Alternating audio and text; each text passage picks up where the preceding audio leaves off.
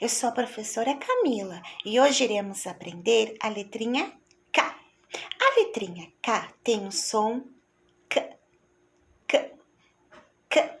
É o som igual da letrinha C e um som igual da letrinha Q.